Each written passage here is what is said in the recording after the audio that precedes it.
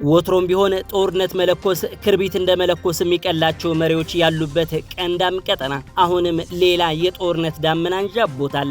ቀጠናው አዲስ አውዳሚ ጦርነት ለማዋለድ በምጥ ላይ ይመስላል። በአንድ ነጠላ ካላስቀደስን ሲሉ የነበሩት ጠቅላይ ሚኒስትር አብይ አህመድና የኤርትራው ፕሬዝዳንት ኢሳያስ አፈወርቂ አሁን ላይ ለአዲሱ ጦርነት እጅጌያቸውን እየሰበሰቡ ስለመሆኑ እየተነገረ ይገኛል። በኢትዮጵያና ኤርትራ መካከል የሚደረገው ጦርነት የማይቀር ብቻ ሳይሆን የሚጀመርበት ወርም የታወቀ ነው የሚሉ የመረጃ ምንጮች አሉ።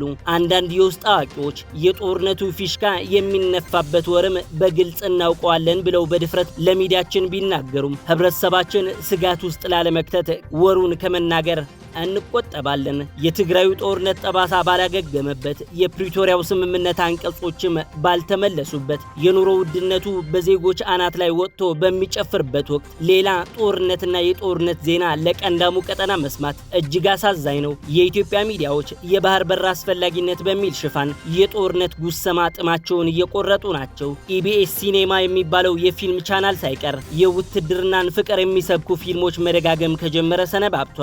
ብቸኛዋ የኤርትራ የቴሌቪዥን ጣቢያ ኤሪ ቲቪም ከጧት እስከ ማታ ሻዕቢያ ደርግን ያሸነፈበት ገድል የሚያወሱ ካሴቶች እየገረበች ትገኛለች። የሻዕቢያ ሰዎች ጠቅላይ ሚኒስትር አብይ አህመድ የሚለውን ስም በመተው ወድ በሻሻ እያሉ መጥራት ጀምረዋል። ወድ በሻሻ ማለት የበሻሻ ልጅ እንደማለት ሲሆን ዝቅ ለማድረግ የሚደረግ አባባል ነው። የሁለቱ ሀገራት የመንግስት ልሳኖች የቃላት ጦርነቱ በይፋ ጀምረውታል። በእርግጥ ከፍተኛ የመንግስታቱ ባለስልጣናትም በነቆራው ላይ እየተሳተፉ ናቸው። አምባሳደሮችና የመንግስት የቀድሞ የሥራ ኃላፊዎች ይገኙበታል። ከዚህም እልፍ ሲል የኢትዮጵያ መከላከያ ሚኒስትሯ ኢንጂነር አይሻ መሐመድ ፕሬዝዳንት ኢሳያስን አብጠልጥለውታል። ኢትዮጵያና ኤርትራ የማይቀር ለሚመስለው ጦርነት ራሳቸው እያዘጋጁ ስለመሆናቸውም በተግባር እያሳዩ ናቸው። የኢትዮጵያ መከላከያ ሰራዊት የማህበራዊ ሚዲያ ገጾች ስለሚመረቁት አዲስ ምልምል ወታደሮች በብዛት ማጋራት ከጀመረ ሰነባብቷል።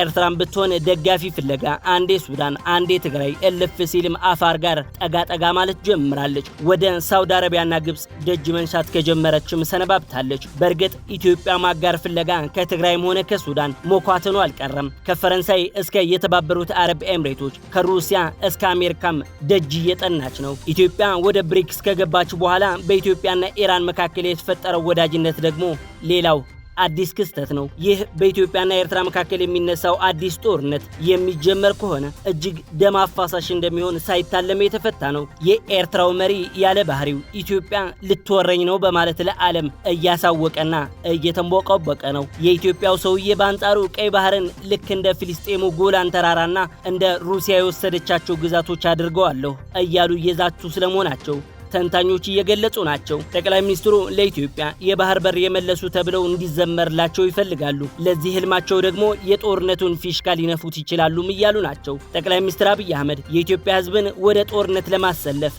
እየተራብክ ያለኸው የባህር በር ስለሌለህ ነው የሚል ትርክት በህዝቡ ላይ እንዲሰርጥ እያደረጉ ናቸውም ይላሉ። በተለይም ደግሞ የኤርትራው ፕሬዝዳንት በነጻነት በዓላቸው ቀን ላይ ባደረጉት ንግግር ኦሮሞማ የሚል ቃል መጠቀማቸውን ተከትሎ ኦሮሚያ ልሂቃን ለጠቅላይ ሚኒስትሩ ትልቅ ድጋፍ እንዳሰባሰበላቸው ይናገራሉ። ያም ሆነ ይህ በኢትዮጵያና ኤርትራ ያለው መካረር ወደ ግልጽ ጦርነቱ ማምራቱ የማይቀር ስለመሆኑ የዘርፉ ተንታኞች እየገለጹ ናቸው።